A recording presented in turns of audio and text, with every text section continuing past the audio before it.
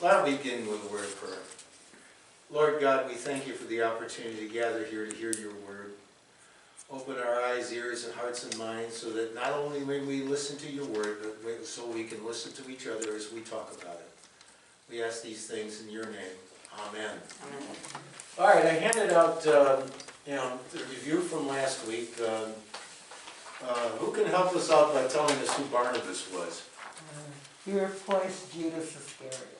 Yeah, and he also was Paul's companion. Right. If you recall, last week we found out that Barnabas was sent by the apostles in Jerusalem, and he kind of connected with Paul. He heard about him and went to Tarsus, where Paul was living, and then brought him to Antioch. So the two of them were actually part of a group of maybe 7 or 8. And so the 7 or 8, if you recall, God spoke to the 7 or 8 and singled out Paul and Barnabas and said, these are the two I want to be my missionaries to the Gentiles. So that is what started Paul and Barnabas on their journey. So the second question was, where did they go first? What was the name of the island? Remember, you saw Cyprus. Cyprus. They went to the island of Cyprus, and as you recall from the video, there were 2 or 3 towns that they passed through. And they said they got many converts, which is, got them moving, shall we say. And finally, they ended up with another accompanying person named John. Which John was that? He's the one that became Mark. Exactly. He is actually known as John Mark. Yeah. And so he wrote the Gospel of Mark. So the Gospel of Mark was actually written by somebody whose first name was John. In those days, a lot of men had Hebrew names, and they had Roman or Greek names, usually Greek names. And they went by both. For example, Saul was Paul, and so on like that. And also, it was they were son of somebody. Okay, that's how you identify them. And the word that they used was Bar. So Simon Bar Jonah meant Simon, son of Jonah. Oh. And I had a character who was one of my relatives. She was in her 90s teaching Sunday school, and she sat me down at her kitchen table in Newcastle and explained to me the word bar for about half an hour. So anyway, so the first thing I wanted to talk about, because this came up last week, and it's an interesting question. I actually did some research, and go to the second page. Let me get my book out, and I want to open it and show you a picture. I could not copy this picture from this book because it was too grainy. So I'll have to send the book around. But the case of the synagogue is a very interesting case. What happened was, as I explained last week, what happened was, in the early days, the church. There's the picture. Now, when we're going to look at that picture that's on the bottom of the page there, on the right-hand side. So anyway, what happened was that all the religious activity was centered around Jerusalem. That's where the temple was, that's where the priests were, that's where you had to go, okay? So that was fine. But after the area was conquered by the Babylonians and the exile, the temple wasn't there anymore. So also the people were somewhere over in Babylon someplace. So they couldn't figure out what to do, and somebody came up with the idea of the synagogue. And the picture you're seeing there is an actual remnants of one. So they all pretty much were laid out the same. But the idea was that they needed some place to gather because they weren't in Jerusalem anymore. Okay, so they came up with this idea.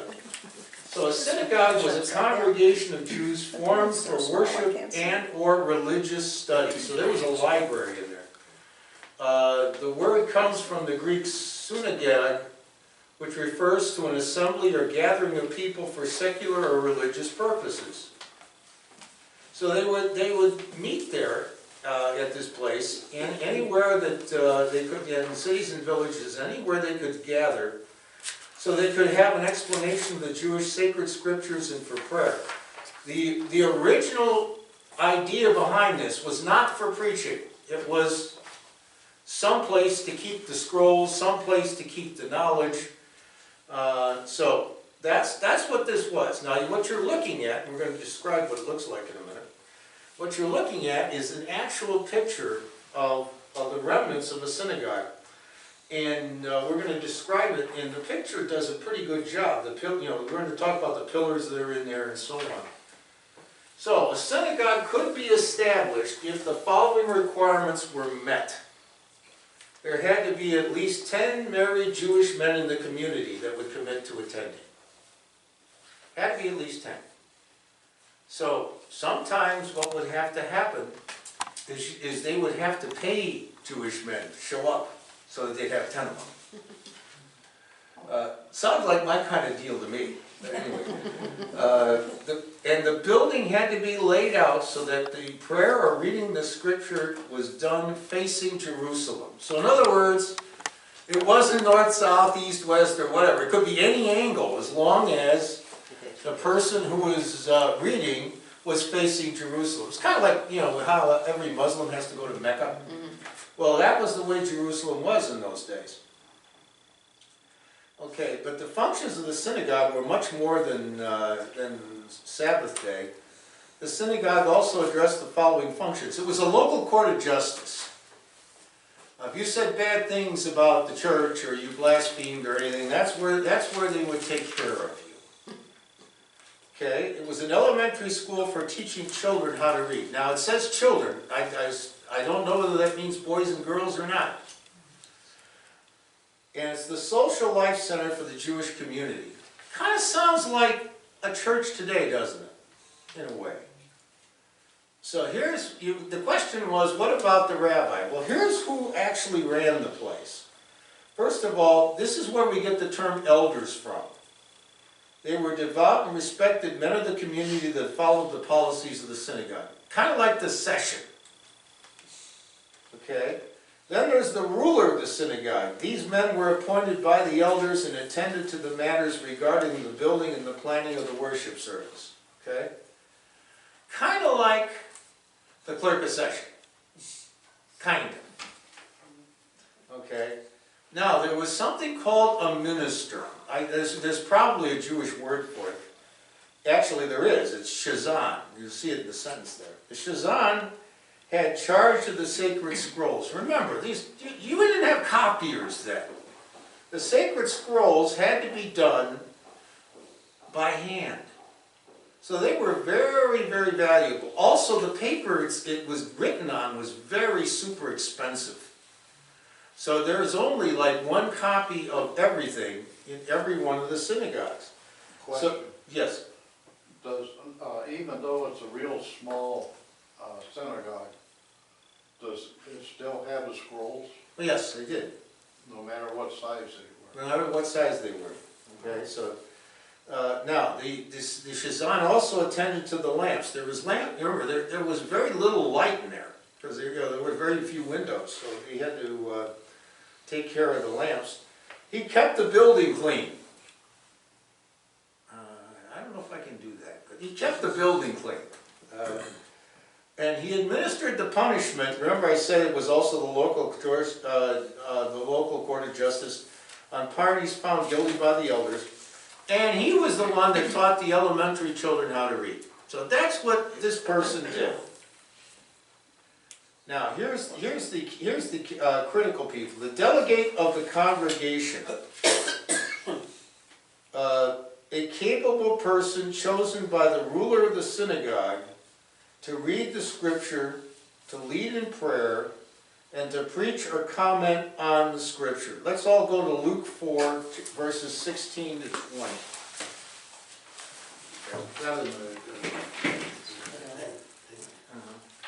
Luke 4, 16 to 20. And I know Luke isn't in that, but it's gives you the idea of what's going on here. All right, so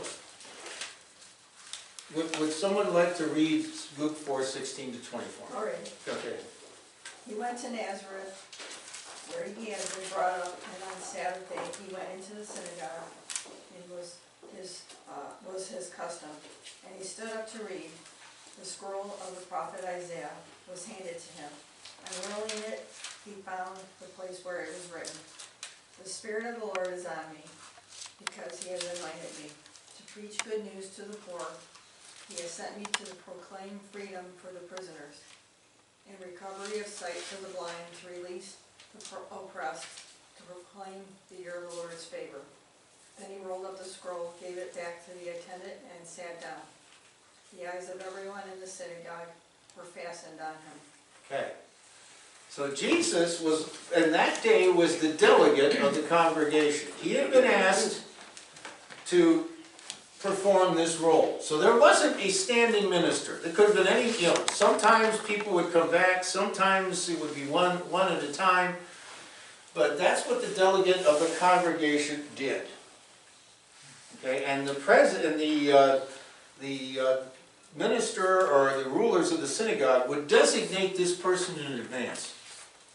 Okay, kind of like a liturgist with an attitude. Okay, I have a question. sure. What role did the Sadducees, right, and the Pharisees have there in the synagogue? As these are the people that They would sit in the front row and make sure everything was done right. That's basically it. They would sit in the. Now, some of them might have been elders, but generally their job was to make sure that you do it right, because if you don't, then they're going to let you know. Next person is the interpreter. This is an interesting one. You say if the scriptures were written in Hebrew, what did they need an interpreter for? Right, because there's Romans, Greeks, or all the different languages. That's part of it. The other part of it is, Jesus never spoke Hebrew. They all spoke Aramaic. So nobody could read ancient Hebrew anymore. So the interpreter's job was to take the scroll written in ancient Hebrew and translate it word by word so that everybody could understand what's going on. I wish that they had that in the Catholic Church in the 50s, is all I can tell you, because I didn't understand any of that Latin. But no. I took Latin, what are you talking about? But I can tell you that if you ever have to work with an interpreter, it's very difficult. You have to speak in like half time, very succinctly, like this, because they're interpreting every word you say. So something that would take you normally 20 minutes to talk about now is taking over an hour. So you can imagine how this service was going. Okay, we'll flip the page. Then there's an almoner. What do you think an almoner does? What are alms? Or poor money. Yeah, that's the almoner was the person who stood in the back with like the in this day and age it'd be a glass jar or something with a little sign on it saying, give to the poor. Well, there were 2 or 3 people who were responsible for that, and so the idea of helping the poor and so on existed even before Jesus. So now the layout of the building, if you saw the picture, there were 2 rows of 3 or 4 pillars, and then you could see the pillars on the picture. So here are these pillars, okay, going like this, and then there's seats going up this way and this way. So there's a large central seating area that's going this way and this way between the pillars, and there is 2 smaller areas beyond the pillars. Stone benches were along the side walls, but there weren't enough to seat the entire congregation. I don't know why, but it just worked out that way. The floor area was large enough to allow people to sit cross-legged as they do at Eastern mosques today. So if you saw the picture, there was that big space on the bottom. Well, they would sit down there facing the person who was leading the service that day. In Shakespeare's time, there were seats in the theater like that. Anybody know what those seats were called? Who sat in those seats? There was a name for them. They were called the groundlings. And the groundlings paid like the cheapest price, but they sat on the ground looking up. So that's the way that worked out. Then it says the Torah Ark, a cabinet or chest that stored the sacred scriptures, and they were wrapped in linen. That's how you protected them. They were in a platform on one side of the room. Remember, you had to be able to face Jerusalem to speak. So that platform was up there, and it had the scrolls in it. And that same platform was where the lamps and the lectern were on which the scrolls were laid out during worship. Now, this session members, the seats for the elders were arranged in the front and were considered the best seats. So the elders got to sit right up front. Everybody got to see them and say, "Hi, elder," you know. The front seats were behind that were reserved for older spiritual leaders like scribes, Pharisees, whoever, while the younger people and other individuals sat in the rear. In many cases, this is interesting, a special section was reserved for lepers. Leprosy was a very serious issue at that time. I mean, if you read the scriptures, there's all kinds of references to them. Jesus healing them and so on. So, and if you touched one, you were declared unclean. You had to go to the priest, and you had to disrobe and everything, and the priest had to check you out before you were allowed to go back into regular society. So anyway, that's the way this thing looked, and they pretty much looked the same. The only thing that would change would be the outside of the building. So here's what happens during the worship, and as I was telling Linda, as I drove home yesterday from the thrift store, I saw many of our Jewish friends walking around. I forgot it was Saturday. Mm-hmm. Yeah. So it's their Sabbath day. So they were out, you know, enjoying the day and everything. And so anyway, so chances are the service was on a Saturday, the seventh day. Before the service, the minister takes the Torah Ark and the scrolls containing the lesson for the day and places them on the lectern. So the minister has selected these. So remember when we read Jesus doing that, and it happened to have the right one? Well, he didn't pick that, someone else did. And it just happened to be the right one. Okay, the service begins with the recitation of the Shema. And I'm going to read what that is. It's in Deuteronomy, which is one of the books of Moses, right after Numbers. And basically what, if you read Deuteronomy, it's kind of a repeat of some parts of Exodus. But in this case, we're looking at chapter 6, 4 to 9. So let's start with that.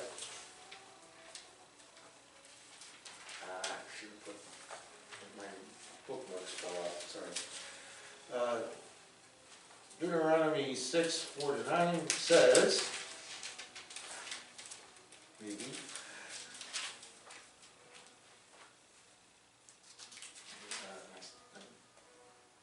my pages are stuck. Now come on, can't be that hard. Ah, there we go.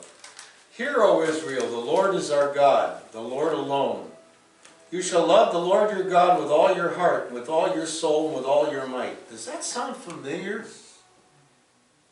What did Jesus say the most important commandment was? This one. Keep these words that I am commanding you today in your heart. Recite them to your children and talk about them when you are at home and when you are away, when you lie down and when you rise. Bind them as a sign on your hands, fix them as an emblem on your forehead, and write them on the doorposts of your house and on your gates. So that's the first part of it. The second part of it comes from chapter 11, verses 13 to 21.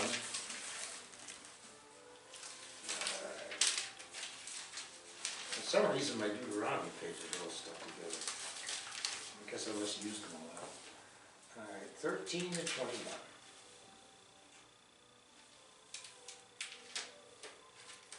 There we go.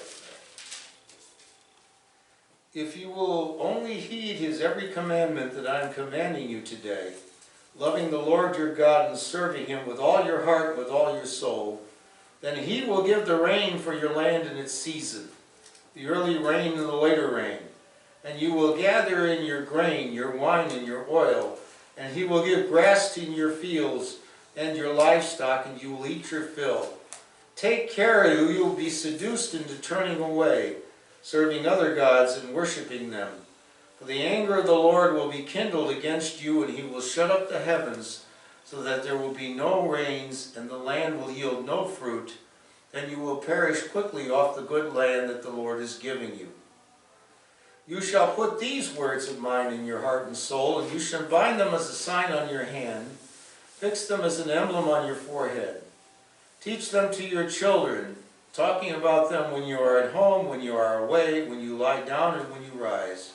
Write them on the doorposts of your house and on your gates, so that your days and the days of your children may be multiplied in the land that the Lord swore to your ancestors to give them, as long as the heavens are above the earth. And finally, there's a reference to it in Numbers, chapter 15. Anybody know why it's called Numbers? Because at the beginning of it, it counts how many there were, and at the end of it, it counts how many of them, the people of God, there were. So the book is known as the Book of Numbers. We don't quote it from it too often. Numbers 15, verses 37 to 41. The Lord said to Moses, "Speak to the Israelites and tell them to make fringes on the corners of their garments throughout the generations, and to put a blue cord on the fringe at each corner. You have a fringe so that when you see it, you will remember all the commandments of the Lord and do them, and not follow the lust of your own heart and your own eyes. So you shall remember and do all my commandments, and you shall be holy to your God. I am the Lord your God, who brought you out of the land of Egypt to be your God. I am the Lord your God." So you say, well, that's interesting. It turns out that Jesus was a loyal Jewish man, and he wore those. He had tassels on his robe. Also, there was a little box. It's kind of like I guess from the description, it's kind of like a fanny pack, that they would keep those words in everywhere they went, because they were just commanded. You have to have them with you. So they would keep these words written on something, so whenever they went anywhere, they were always there. And that's how the Pharisees paid attention, because now you know which ones are the Jews and which ones aren't by the way they dressed. So they were able to say, aha, you did this and you did that, you naughty boy, whatever. However they did it, I don't know if they gave them, I don't think they gave them tickets, but somehow when you loused up, the Pharisees would let you know. Okay, so then the delegate of the congregation led them in prayer as they stood facing Jerusalem with hands extended,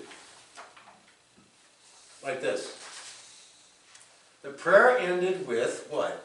Amen. So amen comes from this. It's not Greek, it's not Latin, it's part of the original, and it still has the same meaning though, and again. The delegate of the congregation stood and read the lesson from the law of Moses, and the interpreter translated verse by verse. Then the delegate of the congregation read the passage from the prophets, and they interpreted that as well. What was the difference? The first 5 books of the Bible were supposedly attributed to Moses. I mean, if you watch the Cecil B. DeMille movie, supposedly on his dying bed, he hands his wife all these books he just wrote. I don't think it worked quite that way. But basically, that's where the law of Moses is, in the first 5 books called the Pentateuch. So you read something from there, and then you have all the prophets' readings, you know, Isaiah, Jeremiah, da-da-da-da. And that is the reading from the prophets. It's kind of like when we read from the Old Testament and read from the New Testament in the same service. It's the same idea. Then the delegate of the congregation then sat down for a commentary on the scriptures or a sermon. Remember, it said Jesus read and sat down. That is the way things normally worked. When they were done doing the reading from they would go and they would sit down and they would talk. Okay? Jesus, when he taught any way he could think of, in synagogues and everywhere else. In fact, most of his teaching was done while he was walking, because the people would follow, and he'd kind of be, you know, talking and asking questions, moving. I don't think I could do that, but he did. And so that's how he would move from town to town. Remember, there's stories about how the people followed him. Then a priest, if one was present. A priest now is somebody who's descended from Aaron, not a scribe or a Pharisee. This is kind of like the divine right of kings. You know, if you're part of the line of Aaron, you're a priest. That's, you know, you don't have much choice in the matter. And pronounced the benediction, and the people said, Amen. If no priest was present, then a closing prayer would be offered, usually by the delegate of the congregation. So you have this group that's together, sitting up this way, and each week there would be somebody leading the service, and not necessarily the same somebody. It's kind of the problem Brian has getting liturgists. But this is how a synagogue worked. Okay? So keep in mind that Jesus used synagogues a lot. So basically what I would like you to do is go to Mark chapter 6.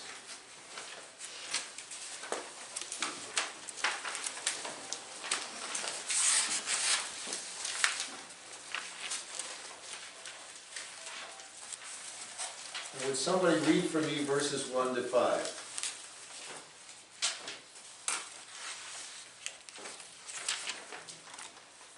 Okay. Jesus left there and went to his hometown, accompanied by his disciples. When the Sabbath came, he began to teach in the synagogue, and many who heard him were amazed. "Where did this man get these things?" they said. What's this wisdom that has been given him, that he even does miracles? Isn't this the carpenter? Isn't this Mary's son and the brother of James, Joseph, Judas, and Simon? Aren't his sisters here with us?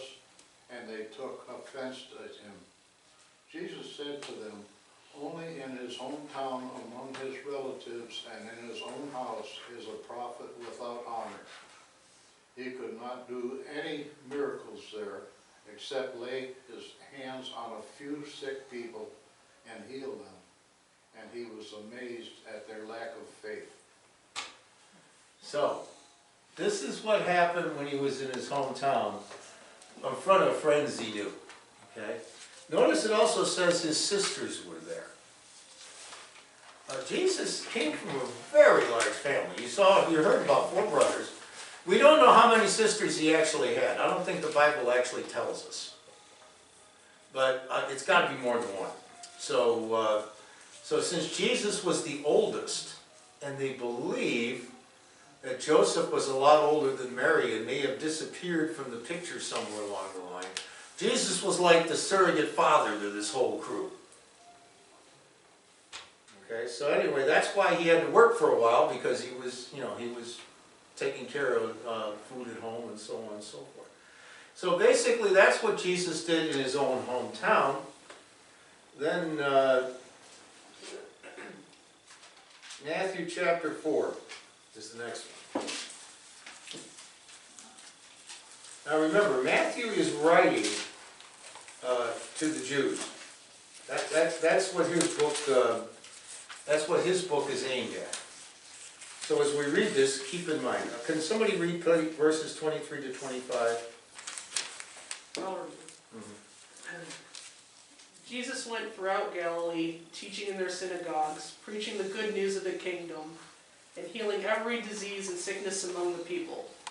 News about him spread all over Syria, and people brought to him all who were ill with various diseases, those suffering severe pain, the demon-possessed, those having seizures, and the paralyzed, and he healed them.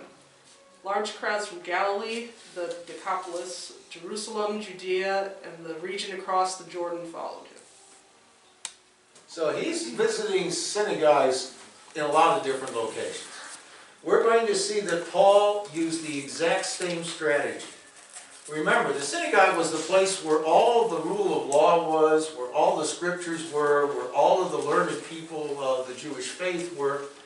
Now, Jesus was responsible for taking care of the Jews and bringing the faith to them. Paul, on the other hand, suddenly realizes that, you know, maybe there's a bigger market out there. Let's put it that way. He realizes that there's a bigger market out there. So he would start with the synagogue and then move from there. So, okay, so now let's get back to Paul. He's going to a place called Iconium. Iconium is on the map that I gave you, and it's in Asia Minor. So let's turn to Acts 14 and see what happened there.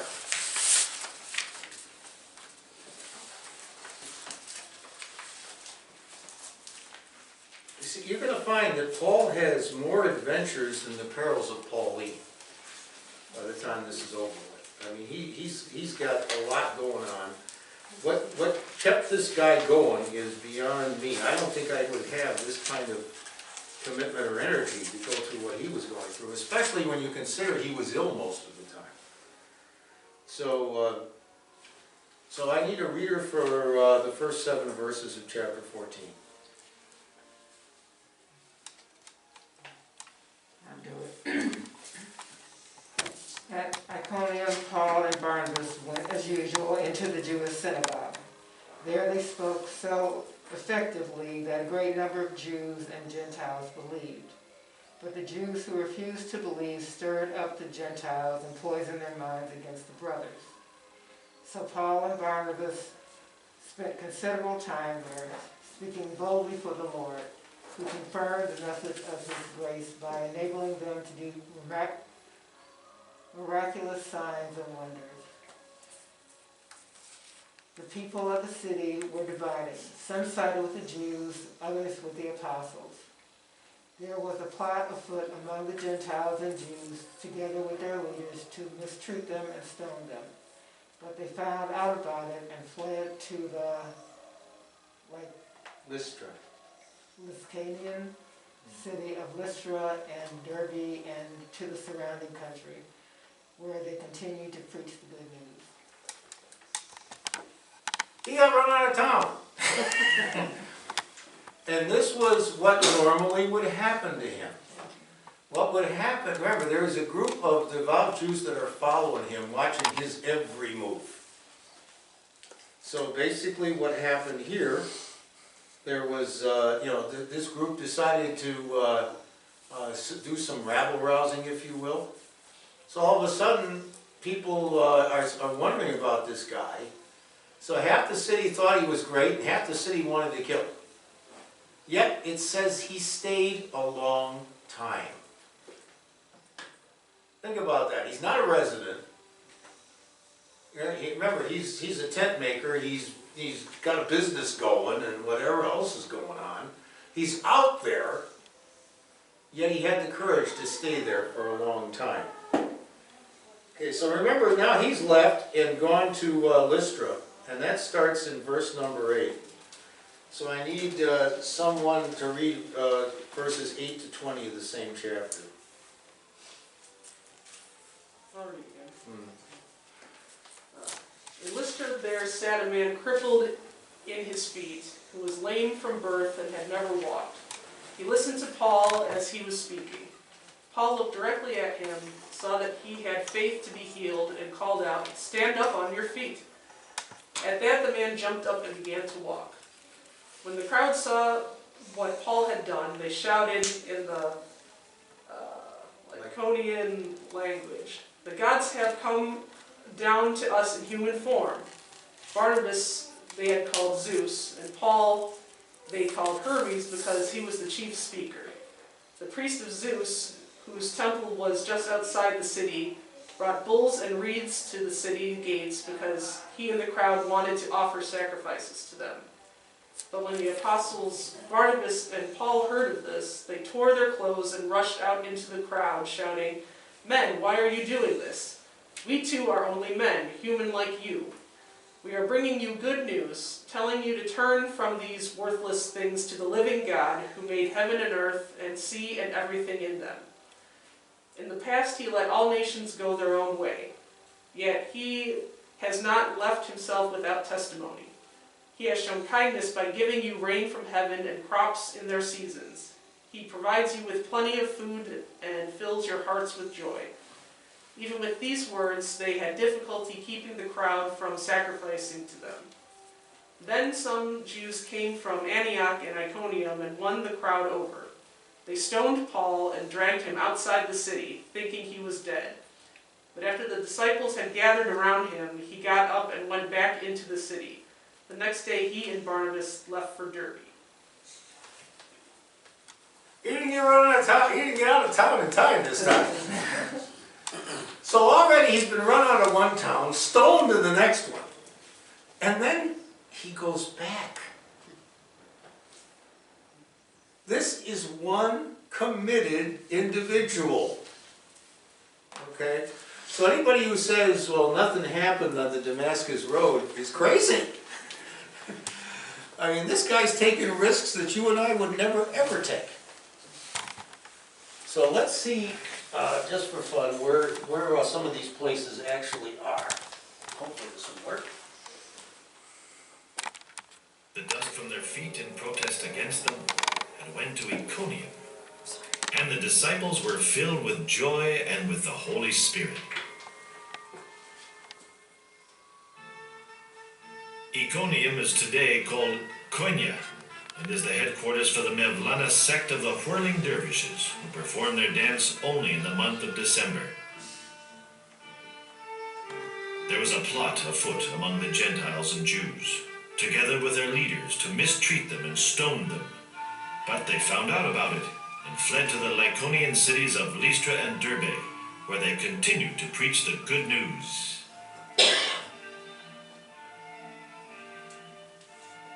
Here in the plateau country are many nomads, living today as they did in the time of Paul, pitching their tents, following their flocks, moving from pasture to pasture. We can almost imagine Paul talking to these people. We quote now from Paul's own words in the Bible. "We are bringing you good news, telling you to turn to the living God who made heaven and earth and sea and everything in them. He has shown kindness by giving you rain from heaven and crops in their seasons. He provides you with plenty of food and fills your hearts with joy." Trouble arrived from Antioch and Iconium, zealots who turned the crowd against Paul once again. They stoned Paul and dragged him outside the city, thinking he was dead. But after the disciples had gathered around him, he got up and went back into the city. The next day, he and Barnabas left for Derbe. It is wondrous to see the nomads living the same today as they did in the time of Paul, a strong and independent people, needing none of the empty accoutrements of modern life. They happily ignore the rest of the world and its endless problems. They use the same old wagons of 2,000 years ago.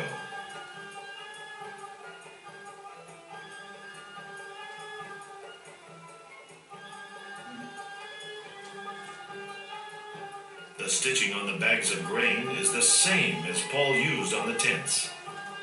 The same old wooden pitchforks where the tines are still shaped by hand. Hollowed out logs still serve as troughs for the animals.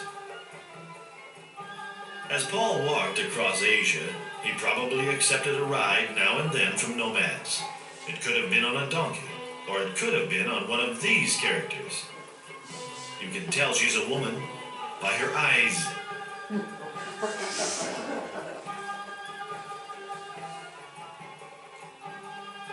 Well, that's her friend over there, and she's not very friendly. One-hump dromedaries were used by nomads. It gave them more mobility and allowed them to expand to larger tracts of pasture land.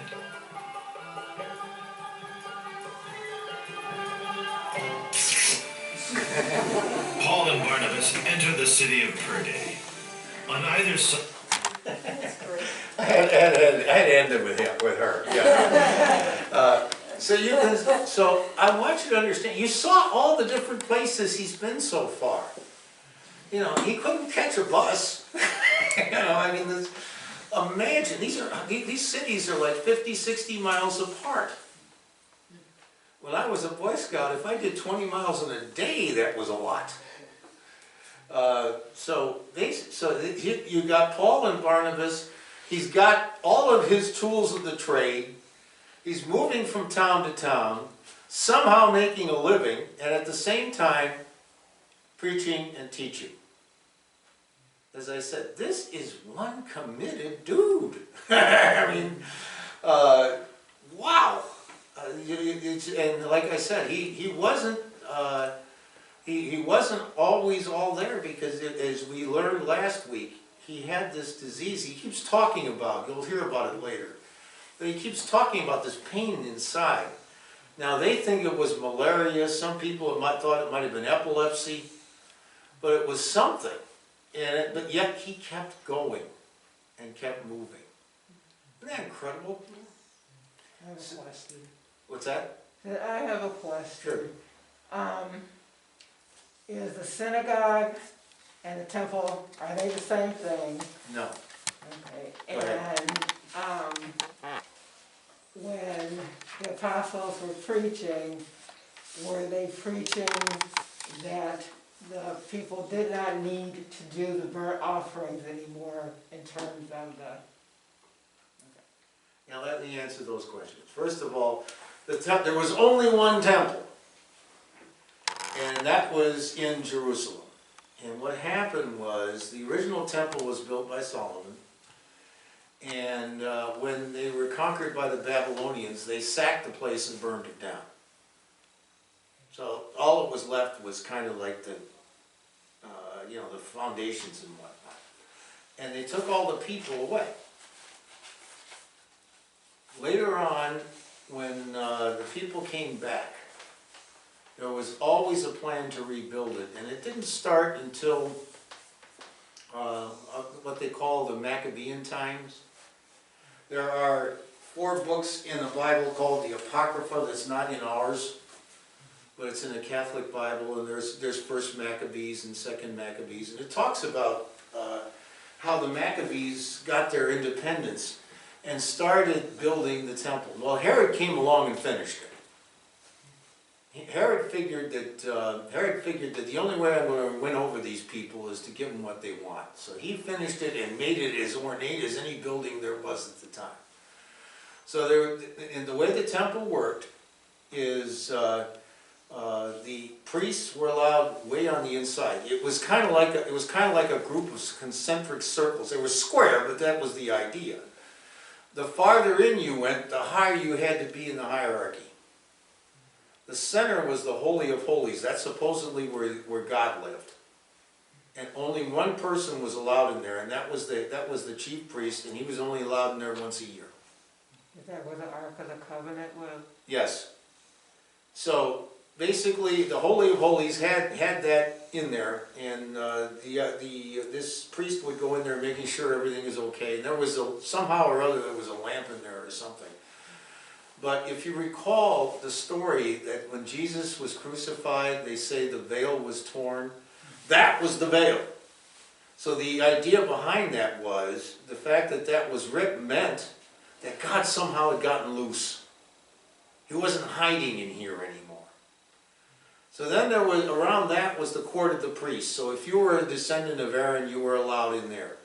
And then outside of that was the court of the believers. So if you were a male, you were allowed in there. Then there was the court of the women. And then there was just this open area where anybody could come in. So the way it would work is, in this open area, you would buy your doves or your sheep, lambs, or whatever it was you were going to sacrifice. You had to buy theirs. It's kind of like going to Progressive Field and spending $12 for a beer. Okay, you had to buy theirs because theirs was certified. You know, if you brought your own and they had a blemish on it, it wasn't any good. You know, that sort of thing. So then you would hand it to the priest in the outside the area of the priests. And they would go in and make the sacrifice for you. And also they lived off of the meat of the sacrificed animals. So there wasn't a sacrifice like in each synagogue, it's just that everybody had to go to the temple at a certain period? That's right. So there were certain times you had to be there. For example, when a child was born. And it mentions that in the book of Luke when they brought Jesus after the 8th day and make the proper sacrifice. There was also several festivals that you were required to go to Jerusalem, especially if you were a Jewish male. And if you were within a certain distance, I think it was 25 or 30 miles, you were required to go to all of them. So basically what would happen is Jerusalem itself would double or triple in population for like a week. So it was very difficult, for example, for Jesus to find a room big enough to have the Last Supper in, because there was all kinds of people running around. So basically you had the festivals, you had the special sacrifices, there were other reasons why you went. But basically there was a sacrifice for everything, and it was done there. The synagogues, on the other hand, were more remote, and there were sacrifices done, but generally it was outside the building. But it's not as often, because like I said, in the temple it was a business. The people who were selling these animals were making a good buck, and heaven knows whether they were really faithful people or not. And the priests, there was thousands of them. And what would happen, that was the other thing. If you were a priest, you were required to be in Jerusalem for like 2 weeks a year, and they had like a schedule. So John the Baptist's father was one of those. So when it mentions in the Bible he had just done his priestly duties, that's what that was. He actually had to go in there and do the work of the priests, and then he would get time off, and some other priests would come in. So these two were entirely different things. The synagogue was off on its own. It was not the center of religion, but the temple was. Where it really got messy was in 70 AD. They had a rebellion that led to the fight in Masada. Are you familiar with that? They made a movie about it some years back. Masada is this huge plateau. It's like 1,000 feet high, and the only way you could get up there was a basket or something. And Herod built a palace up there. So the rebels all went up on top of this thing and cut the baskets down. The Romans couldn't figure out how to get up at them. So what they did is they built this elaborate ramp to get up there. I imagine it might, in the movie it looked like just like it was like a roller coaster thing or something. And when they got up there, all of the rebels committed suicide. So to this day, anybody that's in the armed forces for Israel, actually when they're commissioned, has to go up there and take the vows. So basically, so when this rebellion took place, the Romans tore down the temple once and for all. Now there is part of it left. Anybody know what it's called? The Wailing Wall. what's interesting is the Wailing Wall is within a mile of the most sacred Muslim building in Jerusalem. So all the, you will see the Jews go up, the Orthodox Jews go up to the Wailing Wall and put their hands on it and pray and go through the routine. So they're still going to Jerusalem even to this day. But that's the difference. The temple was like, this is where God actually lived. Okay? In that center part that no one ever got to see, except the chief priest. That's where God lived, and so everybody had to go there because that's where God was. Whereas the synagogue was spread out all over, everywhere, and that is why Jesus told us, in no uncertain terms, that wherever two or more are gathered, I am there also. That's why he said that. Because in the past, God was in that one spot and one spot only. Now he's saying, I'm anywhere you are. And that's kind of cool. Okay? Well, I know you brought up the synagogue last time, so I thought I'd talk about it more today, so you can understand exactly what it was. And, I'm not sure what you have up the street. Anybody ever been back there? It's Telshi, it's a seminary for Jewish, it's Orthodox. Okay. And mostly the Jewish people all live around there, but that's their school for their children. And Right. also, And it's known all over the world. yeah, it's It's one very, of the biggest. it's the biggest, yeah. The reason I say that is because there are synagogues around Cleveland, usually around University Heights and places like that, although there's some on the west side. I think they're Hasidic. Yeah. I thought they were Orthodox, though. Yeah, but it's Hasidic, meaning that it's like really a strict. They're very strict, Yeah. Yes. very, very strict. But like I say, there are synagogues all over the city, but most of them are in University Heights and in that area. And There's a bunch on Mayfield Road, too. so they're all probably doing the same thing today that was done back in the day. The only difference is now they have rabbis who are teachers, as opposed to the delegate of the congregation. Okay? So hopefully this is becoming fun. I thought you'd love the camel. I've never been on a camel. I've been close to one, but I've never been on one. After seeing that, I don't know if I would want to get on one. They called the ship of the desert for some reason.